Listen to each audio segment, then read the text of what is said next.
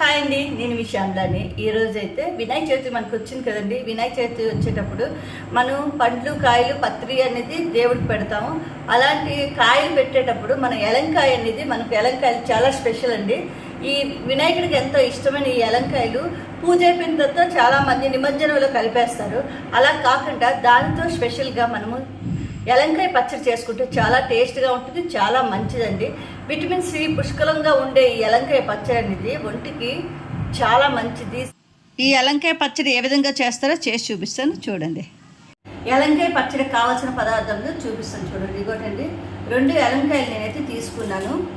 ఒక 3 పచ్చిమిర్చి తీసుకున్నాను. కొద్దిగా కొత్తిమీర, కొద్దిగా కరివేపాకు తీసుకున్నానండి.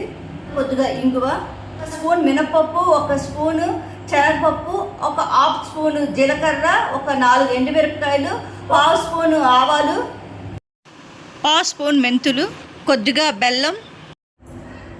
ఈ ఎలంకాయ పచ్చడి చేయడానికి కావాల్సిన పదార్థాలు ఇంతేనండి. చూడండి, ఎలంకాయ తీసుకునేటప్పుడు ఏ విధంగా ఉండాలో చూపిస్తాను చూడండి. ఎలంకాయలు తీసుకునేటప్పుడు కొద్దిగా మనము తేలికపాటి తీసుకోవాలండి. ఈ ఎలంకాయ బరువుగా ఉంటే కాయలా వస్తుందండి.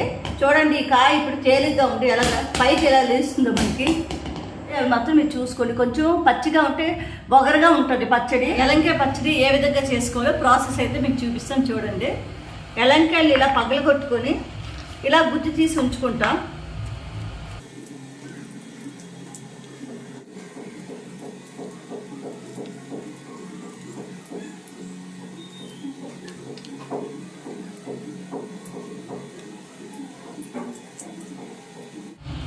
ఇలా గుజ్జు తీసి పక్కన పెట్టుకుంటామండి. ఇప్పుడు స్టవ్ ఆన్ చేసుకొని ఈ పోపు దినుసులన్నీ వేయించుకోవడానికి సరిపడా ఒక 2 స్పూన్లు ఆయిల్ వేసుకుంటున్నానండి.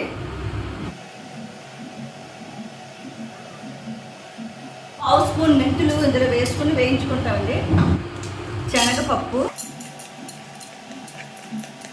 తరువాత మినపప్పు, తర్వాత జీలకర్ర, తర్వాత ఆవాలు, తర్వాత ఎండుమిరపకాయలు,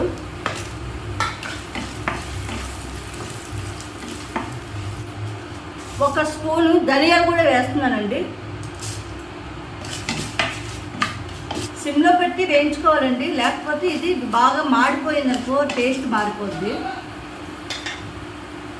ఇలా వేపుతున్నప్పుడే పచ్చిమిర్చి కూడా వేసుకున్నానండి. కప్ చేసి పెట్టుకోవాలండి, లేకపోతే మొహం చూస్తుంది. కరివేపాకు కూడా ఇందులోనే వేసుకున్నానండి.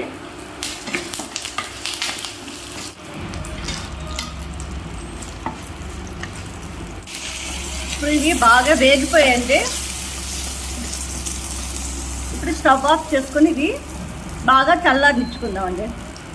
పోపు దినుసులన్నీ బాగా చల్లారిపోయి ఇప్పుడు దీన్ని మిక్సీ పట్టుకుందాం. ఈ పప్పు దినుసులు, మెంతులు అన్నీ కలిపి బాగా గ్రైండ్ చేస్తాం కదా.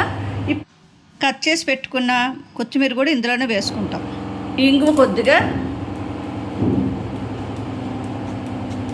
ఇందులోనే వేసి బాగా గ్రైండ్ చేసుకుంటామండి.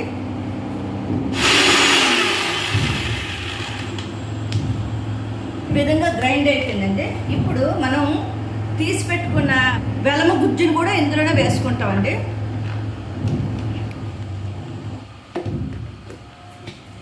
సరిపడినంత సాల్ట్ వేసుకుంటాం. మీకు ఎంత సరిపోతుందో, మీరు కొంచెం ఉప్పు ఎక్కువే పడుతుందండి.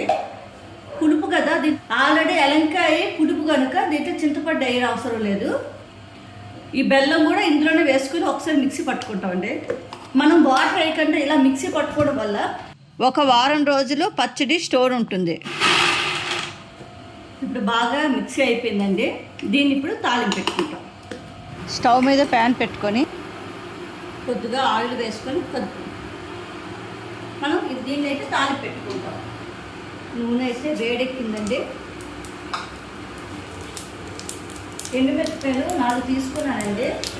దీన్ని ముక్కలుగా చేసి పోపులో వేసుకున్నాను. కరివేపాకు కూడా వేసుకున్నాను.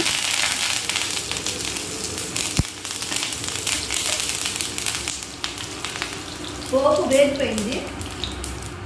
దీంట్లో కూడా కొద్దిగా ఇంగువ వేసుకున్నానండి.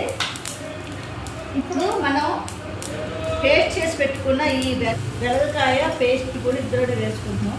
ఇది వాటర్ వేసుకుంటే ఎక్కువ రోజులు ఉండదు, అందుకే నేను వాటర్ వేయకుండా ఈ విధంగా అయితే నేను పచ్చడి చేసుకున్నానండి.